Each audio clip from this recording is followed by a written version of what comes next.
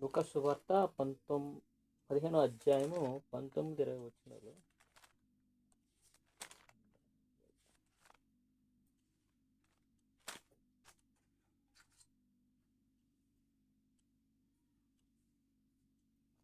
ఇక మీదట నీ కుమారుని అనిపించుకొనుటకు యోగ్యుని కాను, నన్ను నీ కూలివారిలో ఒకనిగా పెట్టుకొనమని అతనితో చెప్పుదుననుకొని లేచి తండ్రి యొద్దకు వచ్చెను.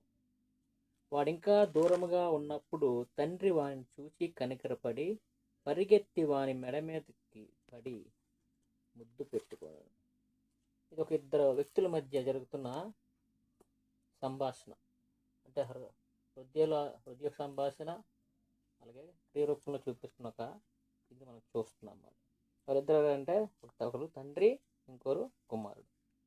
ఇది మనం ఈ యొక్క లూకాసు 15 అధ్యాయంలో తప్పిపోయిన కుమారుడు అనే అంశం మీద ఇక్కడ చెప్పబడింది. దీనిలో ఈ 2 వచనాలు మనం చూసుకుంటే అందరికీ తెలిసిన విషయం ఏంటంటే ఒక తండ్రికి 2 కుమారులు ఉంటారు.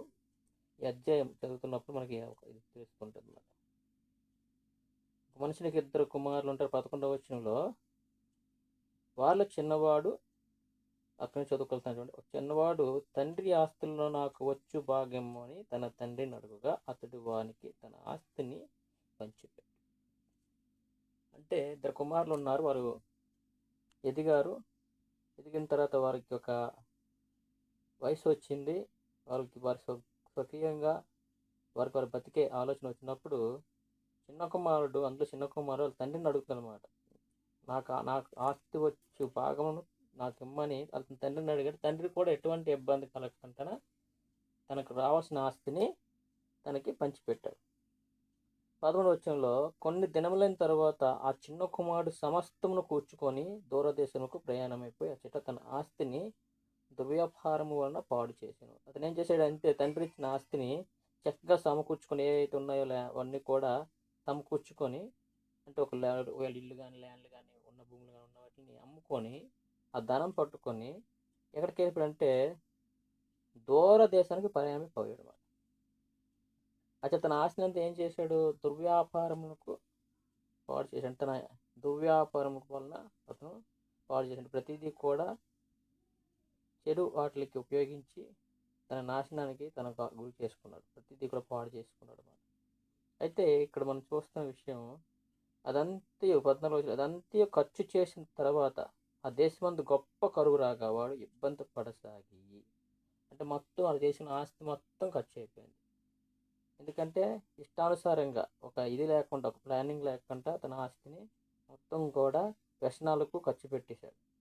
ఈ ఖర్చు పెట్టడం వల్ల డబ్బు ఉన్నంత వరకు తెలియదు, ఆకలి విలువ తెలియదు, దూరం అయిపోయిన మనుషుల విలువ తెలియదు, అలాగే సమస్తము కూడా తనకే ఉన్నట్లుగా ప్రవర్తన ఉన్నది, ఒక గర్వం ఉన్నది, అహంకారం ఉండటం వల్ల ఏది కూడా అతనికి తెలియదు అన్నమాట.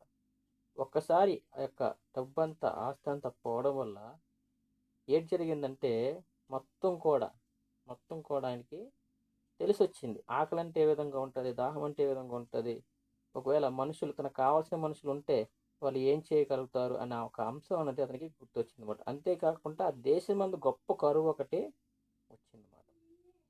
ఒకవేళ దేశంలో గొప్ప కరువు లేకపోయింది అనుకోండి, అతను ఎక్కడో కూడా ఒకవేళ పని చేస్తున్నో ఏది చేస్తున్నో బతికే అవకాశం కలిగి ఉండొచ్చు. కానీ ఆ దేశం మీద కరువు కూడా రావడం వల్ల అతను ఏం చేశాడంటే ఇబ్బంది పడసాగాడు అన్నమాట.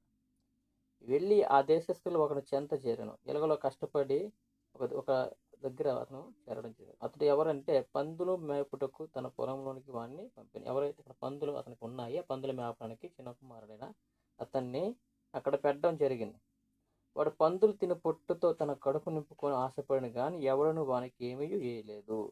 ఆఖరికి ఏమైందంటే ఒక పనిలో పెట్టుకుని అక్కడ ఆహారం అనేది ఇవ్వడానికి కొంచెం ఇబ్బందికరంగా ఉన్నది కాబట్టి, ఎందుకంటే దేశంలో కరువు ఉంది కాబట్టి వాడు అతను ఏం చేశాడంటే పందులకు పెట్టే పొట్టును కూడా తినడానికి అతను సిద్ధపడ్డాడు. కానీ అది కూడా అతనికి దొరకలేదట. అతనికి ఎవరు కూడా ఏమీ కూడా ఇవ్వలేదు. డబ్బు ఉన్నప్పుడు అతని దగ్గర అనేక మంది ఉండొచ్చు. డబ్బు ఉన్నప్పుడు అనేక మంది చుట్టూ చేరి అతను పొగడం కానీ అతను ఇవ్వంటే తేవడం కానీ ఏంటంటే తేవడం కానీ చేసే వ్యక్తులు డబ్బు లేనప్పుడు చాలా అందరూ కూడా దూరం. కనీసం వాళ్ళు తిరిగి ఇవ్వడానికి కూడా ఆశపడిన స్థితిలో ఉన్నారన్నమాట. కనీసం యజమానుడు కూడా అతనికి ఆహారం పెట్టే స్థితిలో అతను లేకపోవడం జరిగింది. అతనికి ఏమీ ఇవ్వలేదు. అయితే బుద్ధి వచ్చినప్పుడు ఎప్పుడు బుద్ధి వస్తదంటే, మనకు కలిగే కష్టం బట్టి ఆ బుద్ధి అనేది మనకు కలుగుతదనమాట. ఆహారం ఉన్నప్పుడు మనం అనవసరమైన వేస్ట్ చేయడం అనేది జరుగుతూ ఉంటది.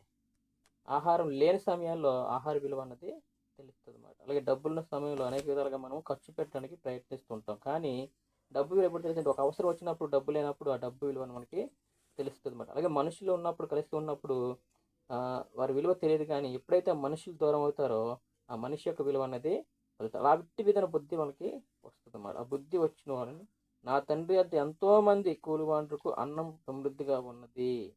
అప్పుడు ఆ బుద్ధి ఎక్కడ కలుగుతదంటే, ఏదైతే తన తండ్రి దగ్గర అనేక మంది పనివారు ఉంటారు కదా! వాళ్ళకి ఆహారం దొరుకుతుంది, సమృద్ధిగా ఉన్నది. నేనైతే ఎక్కడ ఆకలితో నేను చచ్చిపోవచ్చున్నానని, ఎందుకంటే వారు చేసిన ఒక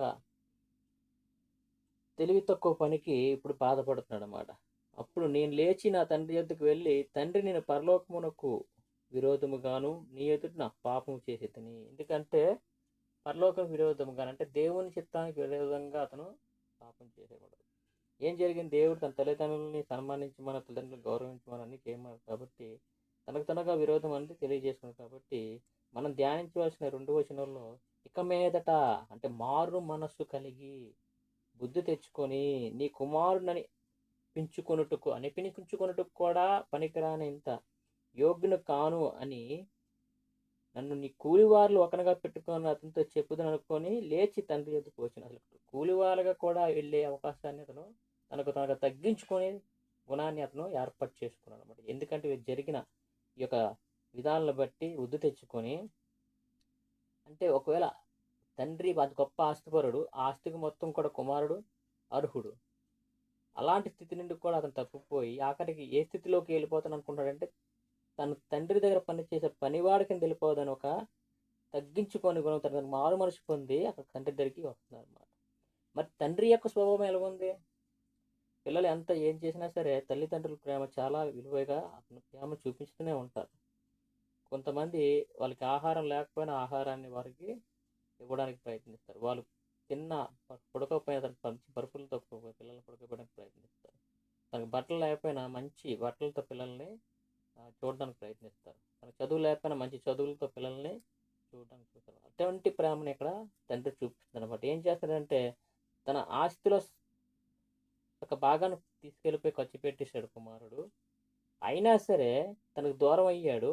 అయినా సరే ఏం చేస్తున్నాడంటే, ఆ కుమారులు అనేకమైన ఇబ్బందులు పడి ఉంటారు, మాటలు పడి ఉంటారు. అయినా సరే ఏం చేశాడు, వాడు ఇంకా దూరంగా ఉన్నప్పుడే ఏం చేస్తారంటే, పిల్లలు తల్లిదండ్రులు ఎంతగా గమనిస్తారంటే, ఎంత దూరంలో ఉన్నా సరే వారిని గమనించి గుర్తుపట్టే స్థితిలో ఉంటారన్నమాట. ఎందుకంటే వారు అంత ప్రేమ కలిగి ఉంటారు. తండ్రి వారిని చూచి కనికరపడి, అయ్యో నా కుమారుడు వస్తాడు. ఎందుకంటే కనికరపడాడంటే అక్కడ అతని యొక్క వస్త్రధారణ తన దగ్గర ఉన్నప్పుడు మంచి వస్త్రధారణలతో మంచి బుద్ధిగా ఉండేవాడు. కానీ అటువంటి వాడు తన వస్త్రధారణతో గాని, ఒక మాసిపోయిన బట్టలతో గాని, మాసిపోయిన తలతో, అలాగే ఒక ముఖ వికారం, ఒక బక్కచిక్కు అంటే ఆహారం దొరక్క, కరువుతో ఆహారం దొరక తినలేక ఉన్న ఆ యొక్క శరీరాన్ని చూసినప్పుడు తండ్రికి ఆ కనికరం అనేది అక్కడ కలిగిందన్నమాట. పరిగెత్తి, ఎందుకంటే పరిగెత్తి వాని మెడ మీద పడి, ఎందుకంటే అంత దీన స్థితిలో ఉన్న కుమారుని చూసి తన మనసు కరిగిపోయి పరిగెత్తుకొని వెళ్ళి అతన్ని కౌగిలించుకొని అతని మీద ముద్దు పెట్టుకుని అనమాట. అంటే మనం గమనిస్తున్న విషయాలు ఏంటంటే, మనం ఆత్మీయంగా తీసుకొచ్చిన మన జీవితాల్లో కూడా మనం ఏం చేస్తున్నాం అంటే, దేవునికి దూరంగా వెళ్ళిపోతున్నాం. మన యొక్క స్వార్థపూరితమైన ఆలోచనలు, మన యొక్క అవసరతలను బట్టి, మన యొక్క దీన్ని బట్టి మనము దేవునికి దూరంగా వెళ్ళిపోతున్నాం అన్నమాట. దేవుని దగ్గర ఉన్న ఆ స్వాస్థ్యాన్ని మనం తీసుకొని, దేవుని ఇచ్చే ఆశీర్వాదాలు తీసుకొని మనం వ్యర్థంగా ఉపయోగిస్తుంటాము. ఒక్కసారి ఆ ఆశీర్వాదాలు దేవునికి దూరం అయినప్పుడు, ఆశీర్వాదాలు పోయినప్పుడు, దేవుని విలువ తెలుసుకొని ఎంతమంది అయితే వస్తారో ఈ చిన్న కుమారులాగా, దేవుడు తండ్రి ఎలాగైతే తన ప్రవర్తనని ప్రదర్శిస్తున్నాడు, దేవుడు కూడా మనల్ని ఎప్పుడు కూడా తన చేతులు చాచి కౌగిలించుకోవడానికి సిద్ధంగా ఉన్నాడన్నమాట. మనలో ఎవరైనా సరే ఈ యొక్క అంశాన్ని బట్టి మనం గమనించేస్తుంది, మనం దేవునికి దూరం అవుతున్నామా లేదా, మనకి దేవుడిచ్చిన ఆశీర్వాదాలను వ్యర్థంగా ఏమైనా ఉపయోగిస్తున్నామా, ఆయనకి దూరం వెళ్ళిపోతున్నామా? ఒకవేళ అటు విధంగా వెళ్ళిపోతే చిన్న కుమారుడు ఏదైతే తిరిగి వస్తున్నాడో అదేవిధంగా మనము కూడా తిరిగి దేవుని యొద్దకి రావాలి. దేవుడు మనం అంత తగ్గించుకొని ఆయన యందు మారు మనసు పొంది మన పాపాలు ఒప్పుకొని ఆయన దగ్గరికి వెళ్తే దేవుడు మనల్ని కౌగిలించుకొని ముద్దు పెట్టుకుంటాడు. తిరిగి మనకి తన స్థితిని, తను ఏదైతే ఉందో ఆ స్థితిని మళ్ళా కలుగజేయడానికి ఆయన ప్రయత్నిస్తాడు. తన రక్షణను కలుగు చేస్తాడు, తను నడిపిస్తాడు. కాబట్టి విషయాన్ని మనం గుర్తుపెట్టుకొని ప్రవర్తించాలని కోరుకుంటున్నాను.